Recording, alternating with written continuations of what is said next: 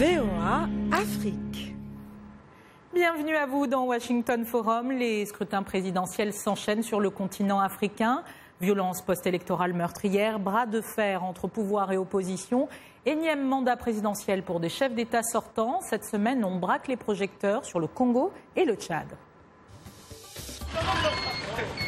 Le Congo et ses violences post-électorales qui ont fait 17 morts à Brazzaville. L'opposition dénonce la réélection de Denis Sassou Nguesso au pouvoir depuis 32 ans.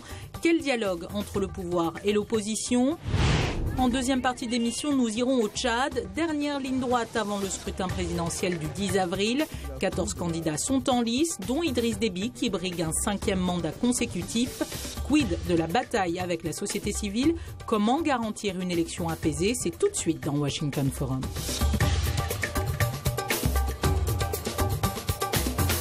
Washington Forum. Et on ouvre cette première partie avec un décryptage consacré aux derniers événements post-électoraux survenus au Congo. Retour en images avec Salwa Jafari. Lundi 4 avril, 2 h du matin, les habitants des quartiers sud de Brazzaville sont réveillés par des fusillades et des explosions entendues jusque l'autre rive du fleuve Congo à Kinshasa. Les tirs et les détonations sont ininterrompus. Aux premières heures du matin, des milliers d'habitants fuient la scène. Libérer le quartier avant que ce soit trop tard. En même temps, si on est en train de tirer, ça et là, donc on est là comme des orphelins, on devient comme un peu les immigrés même, quoi. Oui. Là, vous allez où? Et là, on va nulle part, on ne sait même pas là où aller, Oui, merci.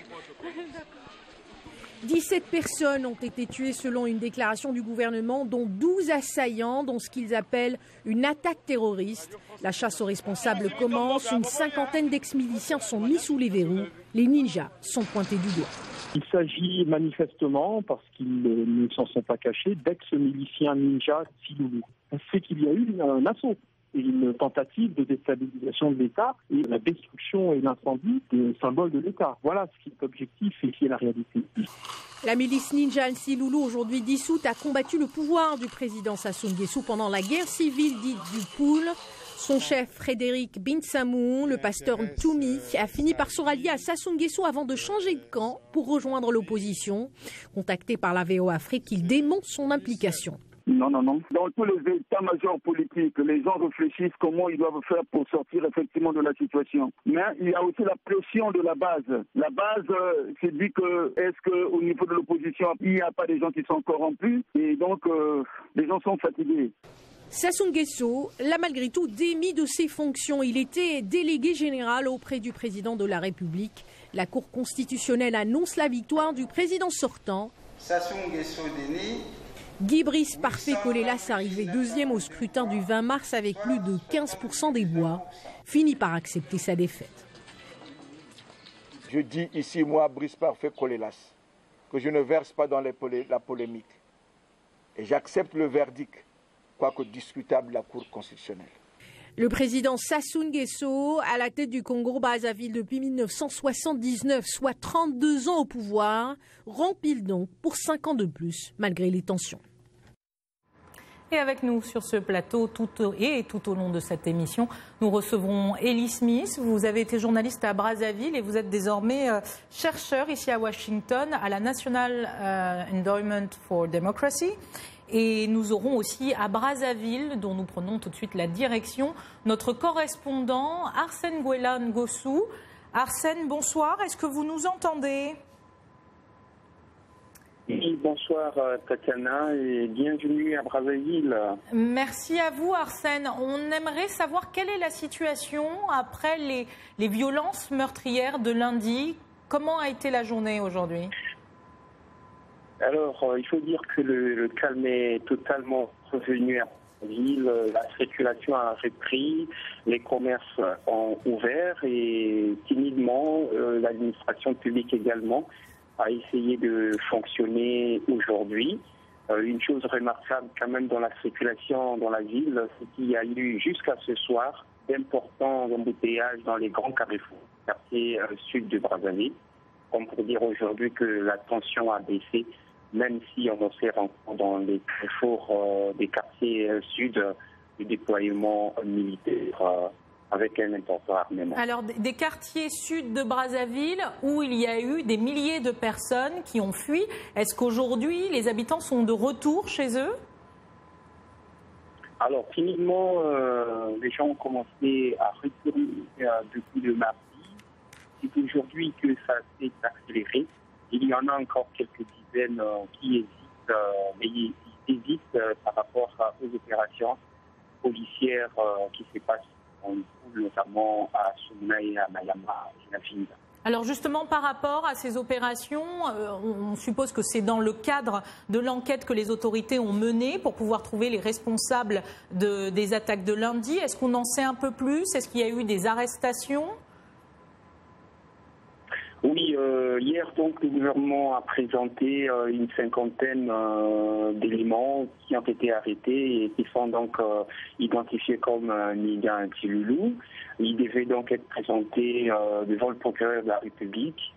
Et donc voilà, c'est tout ce qu'on en sait. Et d'après le ministre de la Communication, ces personnes auraient avoué justement avoir agi sous le contrôle de l'ancien Niga, le pasteur Ntoumi.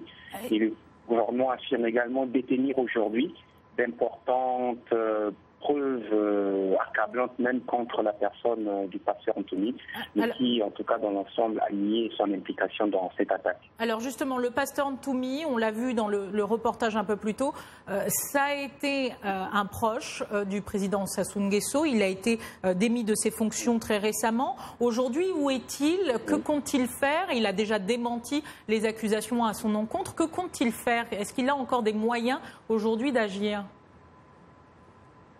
Bon, il dit qu'il est en cachette, il dit qu'il va lutter, mais je crois que ce qui est plus important dans son discours, c'est qu'il lance un appel au dialogue, un appel à la médiation internationale, parce qu'il suppose que c'est une crise politique, qu'il faut trouver des solutions politiques, et que semble-t-il, les jeunes ont réagi, d'après lui, ont réagi justement à cause des injustices et que de la traque que certainement la police faisait au niveau de certaines populations.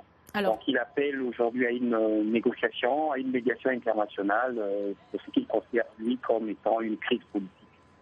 Est-ce que, selon vous, les ninjas, les anciens rebelles qu'on a accusés d'avoir agi lundi, est-ce qu'aujourd'hui à Brazzaville, on en est encore là? Est-ce qu'il y a cette ombre qui plane, qu'ils puissent encore reprendre les armes à Brazzaville ou dans le reste du pays? Peut-être pas, peut-être pas. Aujourd'hui, c'est vrai que les populations ne sont pas toutes reparties dans les quartiers sud où elles ont été délogées. Parce que justement, il y a ces opérations dans le Poule. Et aujourd'hui, on redoute un peu le retour de ces miliciens vers Brazzaville. Mais bon, on se demande avec quel armement et quel effectif aujourd'hui, quand on sait que ces miliciens ont été désarmés il y a 5 ans. Mais le gouvernement dit qu'ils se sont réarmés. Et tout ce qu'on a entendu le lundi, dans la nuit du lundi à Brazzaville comme détonation, si réellement ces armes appartiennent à ces miliciens, il y a vraiment fait à craindre. C'était des armes lourdes. Merci pour toutes ces précisions. Je rappelle que vous êtes notre correspondant à Brazzaville, Arsène Gossou-Nguela. Merci encore et faites attention à vous et vous pouvez continuer de suivre les interventions de notre correspondant sur toutes nos antennes. Elie Smith, je me tourne vers vous maintenant. Comment est-ce que vous étiez journaliste, vous êtes devenu chercheur, vous avez observé ce scrutin. Quelle est votre première réaction? Ma première réaction est que c'est la première fois on a toujours accusé le gouvernement de Brazzaville de voler les élections, de tricher, de tripatouiller. On n'avait pas assez de preuves. C'est la première fois que, avec l'aide des médias sociaux, Internet, Facebook en particulier, on a vu que c'était une vol. Il n'a pas gagné les élections. Mais pourtant, la Cour constitutionnelle a validé ces résultats. Oui. Et il y a eu très peu de contestations, excepté l'un des opposants, M. Kolelas. M. Kolelas a refusé, il a toujours contesté, il a dit qu'il va porter plainte à la Cour de justice africaine, quelque chose comme ça, parce que lui ne fait pas confiance à la Cour constitutionnelle. Et dans cette Cour constitutionnelle, je ne veux pas peut-être dévoiler, il y a un des juristes là, qui a même écrit, qui a envoyé un message. C'était la première fois qu'il a vu ce genre de hold-up dans la vie. Écoutez, madame, quelle coïncidence. Le cadre, on organise ce que votre correspondant appelle le retour des ninjas. Et pourtant, c'est quelque chose bien préparé par un député qui appartient au PCT, qui s'appelle Edeve Moigny. Il a dit ça à la télévision nationale congolaise. Il a même posté le cadre en disant que c'est le grand jour. Il a 2 milices qui s'appellent Fonda Force et Caméléon. Et puis, ils sont allés faire cette simulacre dans le sud de Brazzaville. Moi, je pense que ce qui s'est passé est qu'il y a eu un hold-up. Il y a les preuves qui montrent que le président de la République du Congo n'a pas gagné les élections. S'il avait gagné ces élections, pourquoi l'a déclaré à 3h30 du matin? Donc vous voyez que ça... Mais on vous dira qu'il y a plusieurs processus électoraux qui prennent du temps. Par exemple, en Côte d'Ivoire, au mois d'octobre, les résultats ont été dévoilés à 4h du matin. Est-ce qu'on peut dire que c'est parce qu'il y avait tricherie? Là, le contexte de la Côte d'Ivoire, madame, est très différent du contexte congolais. Le contexte congolais n'était pas, il n'y avait pas de conflit. Le conflit qui a existé au Congo, c'est le gouvernement congolais, par ses milices, Fonda Force, qui est de Edeve Moigny et Caméléon, et puis les milices créées par Jean-François Ndengue. Vous avez un correspondant à Brazzaville, je lui mets à défi qu'il passe sur l'avenue de France, il va voir, il y a ce qu'on appelle Dorsa Security et l'autre compagnie qu'on appelle Gordon Security, qui sont les gens qui font les sales manœuvres du gouvernement congolais. Donc, ce qui se passe est que le gouvernement congolais est en train de justifier l'illégalité, qui n'est pas quelque chose de normal. On croyait que Denis Sassou Nguesso, avec 32 ans au pouvoir, qui avait une certaine respectabilité. Ma question est la suivante. Est-ce que, selon ce que vous avez observé en étant ici à Washington, est-ce qu'on ne connaissait pas le résultat d'avance, c'est-à-dire on savait déjà qu'il remporterait ce scrutin? Finalement, ce n'était pas si étonnant, et ainsi que les heures qui ont suivi cette élection. Non, on ne savait pas qu'il devait gagner une élection. Si on sait que vous allez gagner d'avance, ce n'est plus une élection. La stratégie mise en place par l'opposition pour émietter les bases de Denis Sassou Nguesso a fait que Denis Sassou Nguesso ne pouvait pas gagner au premier tour. Ça, c'est vraiment de l'extraordinaire. Je n'ai jamais vu cela. Parce que même au nord, Sassou Nguesso, selon ce qu'on a, il a gagné seulement dans la cuvette et dans l'Ikwala. Les opposants ont gagné dans le Kwilu, à Pointe-Noire et aussi à Brazzaville. Donc, par quel miracle que le président Sassou Nguesso peut se désigner vainqueur? Je crois qu'il a raté une occasion de devenir comme Nelson Mandela, Olusegun Obasanjo et les autres, qui sont les gens qui l'admirent. Et puis le pire, sans vous interrompre, c'est cette tuerie qui est en train de qui est en train de s'opérer dans le pool. Par exemple, à Vinza, et puis à Somona et à Mayama. Et c'est les recherches que nous avions faites. Et je voudrais mettre à défi votre correspondant qui est là, qu'il parte à Mayama. Il y a une école qui a 700 élèves qui a été bombardée. Ça, ce sont les informations que vous avez eues récemment. Et que j'ai eues tout récemment. Et puis, à l'école publique de Vinza. Est-ce que M. Ntoumi se trouve à Vinza? Non. Et ce qui m'étonne est que le député de Vinza, M. Aimé Emmanuel Yoka, ne dit absolument rien de toutes ces tueries qui est en train de s'opérer dans le pôle. Alors, justement, on sait que la situation reste tendue, bien qu'elle se soit un petit peu calmée ces 2 derniers jours à Brazzaville. Est-ce que pour vous, aujourd'hui, il existe un moyen entre l'opposition et le pouvoir de dialoguer, malgré que ces résultats aient été validés, et que finalement les contestations, même s'il y en a eu, ont été quand même assez timides, au final? Les contestations timides, non. C'est parce qu'il y a un système de sécurité très élevé à Brazzaville où les gens ne peuvent plus s'exprimer. Les arrestations qui se font nuitamment et dans le jour. Moi qui vous parle, toutes les personnes qui ont travaillé avec moi à Brazzaville sont aujourd'hui convoquées à la DST régulièrement pour fabriquer des histoires contre moi. Est-ce qu'aujourd'hui, il existe un moyen entre l'opposition et le pouvoir de dialoguer? Exactement, c'est ce que l'opposition veut et même le pouvoir. Je pense que si le pouvoir veut de la tranquillité, il faut négocier. Je pense que pour la sous-région et pour le Congo, il est important que le pouvoir puisse négocier avec l'opposition. Alors, vous avez été nombreux à réagir sur notre Facebook, comme à chaque fois. Sur la page Facebook de VOA Afrique, voici quelques extraits de vos commentaires. On commence par Alphonse Mbouaki à Kinshasa. Les présidents accrochés au pouvoir ont la puissance des armes, on n'y peut rien. privilégions nos peuples et politiques et société civile la paix. Jordache Hartmann à Biémi à Pointe-Noire au Congo. La solution en Afrique ne peut venir que par des coups d'État parce qu'il n'y a pas de démocratie. Une petite réaction, Elie Smith? Non, vous voyez l'Afrique, vous venez de voir le cas du Bénin, s'il y a une démocratie. Non, je ne crois pas que c'est seulement les coups d'État. Je pense qu'il faut d'abord que l'opposition s'organise bien, la société civile s'organise bien, et puis le pouvoir aussi soit prêt à concéder la défaite. C'est sur ces derniers mots qu'on va marquer une courte pause. On se retrouve tout de suite après.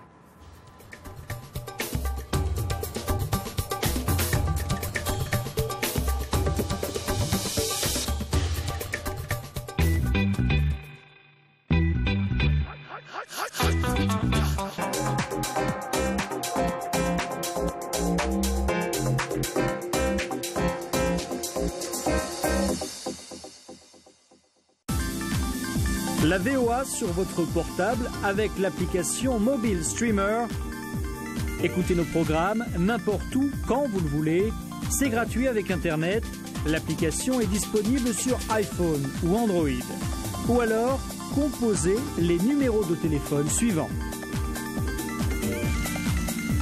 VOA Afrique, 24 heures sur 24 sur votre portable.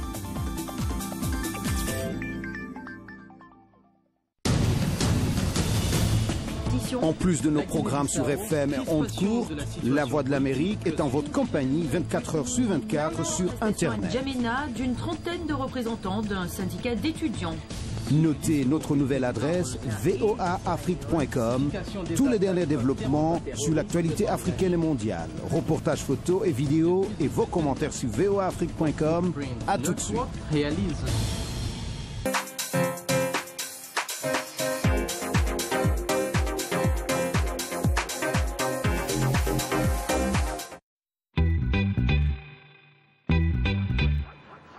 De retour dans ce Washington Forum, dans cette deuxième partie, on décrypte le scrutin présidentiel qui aura lieu ce dimanche 10 avril à N'Djamena. 13 candidats affronteront le chef de l'État tchadien Idriss Déby, au pouvoir depuis 26 ans, sans grande chance de l'emporter, semble-t-il. 4 d'entre eux, bien implantés régionalement, ont cependant l'occasion de tester leur influence auprès de la population. On fait le point sur les derniers jours de campagne avec notre envoyé spécial VOA Afrique, Bagassi Koura, au Tchad. Sur fond de crise sociale, 13 candidats, dont Saleh Kebzago, le leader de l'opposition, font face à Idriss Déby, au pouvoir depuis 26 ans. Nous sommes face à une situation de crise sociale aiguë qui s'est accumulée depuis un certain temps, notamment la question de la cherté de la vie, la pauvreté, la misère, les injustices sociales qui se sont accumulées. Depuis des semaines, la société civile, dont plusieurs membres sont aux arrêts, conteste la candidature de Déby pour un 5e mandat. Elle a lancé depuis le 26 mars une grève générale qui paralyse l'administration et les hôpitaux. Nous l'avons dit clairement que tant que le gouvernement ne relaxe pas nos camarades et sans condition, eh bien, la grève sèche va continuer.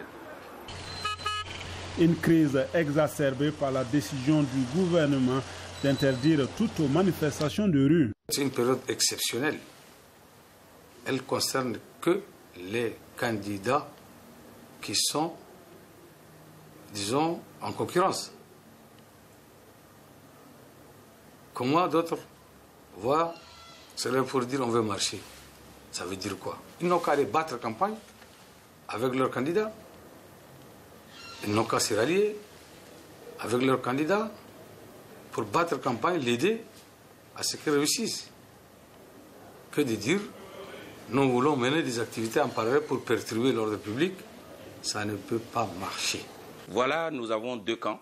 Une population de la basse classe qui se trouve dans la misère et qui estime qu'elle l'impute à une carence de gouvernance du régime qui a perduré depuis 25 ans. Et un régime qui se dit « je suis le garant de tout ce qui s'est passé ». Pour la première fois, Idriss Déby affronte 13 candidats, tous issus de l'opposition, une donne qui pourrait, selon les observateurs, le contraindre à un second tour. Et nous retrouvons sur place N'Djamena notre envoyé spécial Bagassi Koura. Bagassi, bonsoir. À quelques jours seulement du vote de dimanche, la situation semble se crisper avec ces dernières manifestations. Est-ce que vous en savez plus ? Oui, ce matin, c'était la comparution des leaders de la société civile qui ont été arrêtés il y a quelques semaines. Les premiers ont été arrêtés le 22 mars dernier. Donc, ils comparaissaient aujourd'hui devant le tribunal de N'Djamena et des centaines de jeunes se sont mobilisés pour venir les supporter. Eh bien, ils ont été déçus puisque le procureur, après ce procès, a requis 6 mois de prison ferme. Le verdict, ce sera le 14 avril prochain. Donc 6 mois de prison ferme, ce qui a mis ces jeunes en colère qui se sont attaqués aux forces de l'ordre, qui ont dû utiliser des gaz lacrymogènes pour pouvoir se frayer le chemin et ramener ces leaders de l'opposition à la prison.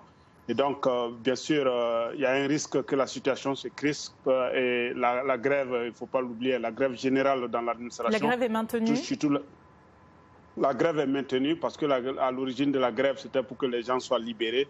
Et donc, le fait qu'il y a une chance qu'ils soient condamnés pour des mois, la situation risque de se crisper, la grève risque de s'empirer et la société civile compte se réunir dans les heures à venir pour dégager sa position par rapport aux élections. Mais elle n'a pas encore dit un mot si elle va boycotter ces élections, même si elle a retiré ses représentants au sein de la commission électorale qui est justement en charge de ces présidentielles de ce dimanche. Effectivement, oui. et on va observer ça. Elie Smith, vous êtes toujours avec nous sur ce plateau. Alors, le bras de fer entre la société civile et le pouvoir s'intensifie. Qu'est-ce que cela traduit sur un plan politique ? Elle traduit que le gouvernement en place n'est pas en phase avec la majorité de la population parce que la société civile est un reflet de la majorité de la population. Et en ce qui concerne le Tchad, depuis 1990 que Idriss Déby est là, on a cru que peut-être avec la découverte du pétrole, on devait avoir un certain changement de la vie des Tchadiens. Au contraire, les Tchadiens se sont appauvris. Seul Déby et sa famille sont en train de gérer ce pays. Donc voilà un peu ce qui se passe. Alors effectivement, vous l'avez dit, arrivé au pouvoir à N'Djamena par les armes en 1990, Idriss Déby Itno, candidat dimanche à un 5e mandat présidentiel, reste un guerrier dans l'âme, ennemi implacable des groupes djihadistes en Afrique, mais sans être parvenu à sortir de l'extrême pauvreté la majorité de la population tchadienne. Bagassi, que dit la population ? Y a-t-il une vraie opposition populaire capable de l'empêcher de remporter un nouveau mandat ? Est-ce qu'il y aura un rassemblement au niveau des urnes dimanche ? Oui, il y a une opposition au Tchad, mais est-ce que cette opposition est en mesure d'avoir une taille de sorte à pouvoir empêcher Idriss Déby de l'emporter ? Mais une opposition populaire de la population, j'entends. Pas forcément une opposition d'hommes politiques. Comment se comporte la population ? Qu'en pense-t-elle ? Oui, c'est difficile à dire parce que les médias, on parle beaucoup de manifestations, mais ce que moi j'ai vu ici jusqu'à présent, c'est des petits groupes. Quand ils sont nombreux, c'est juste quelques centaines. Et c'est surtout dans les grandes villes du Tchad, N'Djamena aussi, c'est une grande ville. Le reste de la population, on les entend très peu. On ne sait pas exactement dans quel camp elles vont voter. Donc, selon vous, c'est plus par peur ou c'est simplement qu'il y a quand même une majorité de la population qui soutient Idriss Déby ? Qu'est-ce que ça peut être ? Je pense qu'il y a une majorité quand même qui soutient Idriss Déby. Et ce que certains disent, le fait que cette année, qu'on ait des candidats qui sont majoritairement issus de l'opposition, donc cela pourrait le contraindre peut-être. Il y a une petite chance d'aller au second tour comparé aux autres années. Et donc, les gens essaient de compter sur ces manifestations de la société civile, mais aussi des jeunes. Sur les campus, les gens ont un ras-de-bol parce qu'ils ont tous ces problèmes qui se sont accumulés pendant toutes ces années et l'argent du pétrole n'a pas pu régler ça. Effectivement, on parle d'une opposition plus riche et qui a l'espoir du moins d'un second tour. Elie Smith, est-ce que cette opposition aujourd'hui a les moyens justement d'assurer ne serait-ce qu'un second tour au Tchad aujourd'hui ? Je pense si les accords de 2007 entre le gouvernement de N'Djamena et l'opposition est mis en place, donc par exemple la biométrie est utilisée, je crois la fraude va diminuer. Donc l'opposition en théorie a l'opportunité de se retrouver au deuxième tour ou de contraindre le débit d'aller au deuxième tour. Si elle est donc, ça veut dire si c'est honnête et transparent. Et puis la stratégie que l'opposition aussi a appliquée, c'est un peu celle qu'on a vue au Congo, c'est de mettre les candidats un peu partout, donc c'est une opportunité. Bagassi, vous avez été jusqu'aux abords du lac Tchad, notamment pour voir où en est la lutte contre les insurgés de Boko Haram. Est-ce qu'aujourd'hui, Idriss Déby peut être réélu à la tête du pays grâce à cette action contre le terrorisme? Oui, s'il est réélu, bien sûr que son action sur le plan sécuritaire, non seulement ici au Tchad, mais aussi dans toute la sous-région jusqu'en Afrique de l'Ouest, va jouer un grand rôle parce que les gens se disent que pour avoir cette sécurité, il a fallu un homme de la mesure d'Idriss Déby qui a pu déployer, comme je l'ai constaté dans la région du lac, de fortes présences militaires dans cette région pour essayer de parer à toute infiltration des militants du groupe Boko Haram. Donc les populations sont quand même assez reconnaissantes. Maintenant, je ne sais pas si entre cette reconnaissance et puis la manifestation du vote, si elles vont franchir le pas, si tout le monde va franchir le pas, oui, ça va être transmis dans les urnes. Effectivement, Idriss Déby, selon vous, Elie Smith, est-ce qu'il s'est ainsi acheté une crédibilité à l'international, que ce soit au niveau de ses pairs en Afrique, très rapidement? À l'international, oui, parce qu'il a aidé beaucoup la France, peut-être au Mali et puis dans la sous-région, le Nigeria et le Cameroun, mais au Tchad, non. Parce qu'avec les 80 000 barils de pétrole qu'ils ont aujourd'hui, ça ne résout pas le problème. Les autres puits de pétrole coûtent très cher pour explorer, vu que le prix du baril de pétrole a baissé. Et autre chose que je suis un peu différent avec votre correspondant, c'est que si vous suivez un peu M. Saleh Kedzabo, qui est un vétéran de l'opposition, il dit très bien que la population tchadienne ne soutient pas Idriss Déby. On ne peut pas soutenir un régime qui est familial, tribal et corrompu. Et je pense que si c'est honnête et transparent, il ne peut pas gagner les élections au Tchad. Alors justement, sur le Facebook de VOA Afrique, vous continuez de réagir. Well Pagané à Douka à N'Djamena. Gouverné par la farce, la fin est fatale, la vérité est bonne à dire. Les Tchadiens ne veulent plus de la présence d'Idriss Déby. Ou encore Abderrahmane Selei à N'Djamena toujours. En Afrique, la plupart des pays organisent des élections pour gagner avec la complicité de la France et les observateurs fantoches de l'Union européenne ou de l'Union africaine. C'est juste une grande fête. Bagassi, est-ce que c'est ce que l'on pense à N'Djamena, que cette élection va être une grande fête parce que la France soutient, par exemple, le régime d'Idriss Déby? Très rapidement, ce sera le mot de la fin. Dites-moi. Oui, je l'ai entendu plusieurs fois. Hein. Les gens disent que oui, les Occidentaux soutiennent Déby. Ceux qui ne sont pas du camp de Déby, notamment la société civile, disent que on s'en fout parce que c'est nous, on ira voter, c'est nous, on va choisir. Donc, leur choix, c'est pas sûr que ça compte. Et je pense que les Tchadiens ont quand même une petite chance cette année, contrairement aux autres élections passées, de pouvoir contraindre Déby au second tour et peut-être même d'avoir une alternance dans ce pays. Effectivement, et on suivra de près ce scrutin avec vous, Bagassi Koura, notre envoyé spécial à N'Djamena. Une dernière réaction, Elie Smith, est-ce que les puissances occidentales sont derrière ce scrutin tchadien, encore une fois? Je pense l'erreur fatale, c'est l'erreur de M. Hollande, qui est vraiment, je dois être un peu, pas dû, il a été un peu calamiteux en ce qui concerne sa politique africaine. Par exemple, il aide Idriss Déby, il a aidé aussi Denis Sassou Nguesso, donc c'est quelque chose d'extraordinaire que M. Hollande a fait, qui n'honore pas la France. Et ce sera le mot de la fin. Merci Elie Smith d'avoir été avec nous. C'est la fin de cette émission. Merci à nos invités et à vous pour votre fidélité. Un clin d'œil à toute l'équipe technique pour la réalisation de ce numéro, ainsi qu'à TV Boycon au Bénin qui diffuse Washington Forum.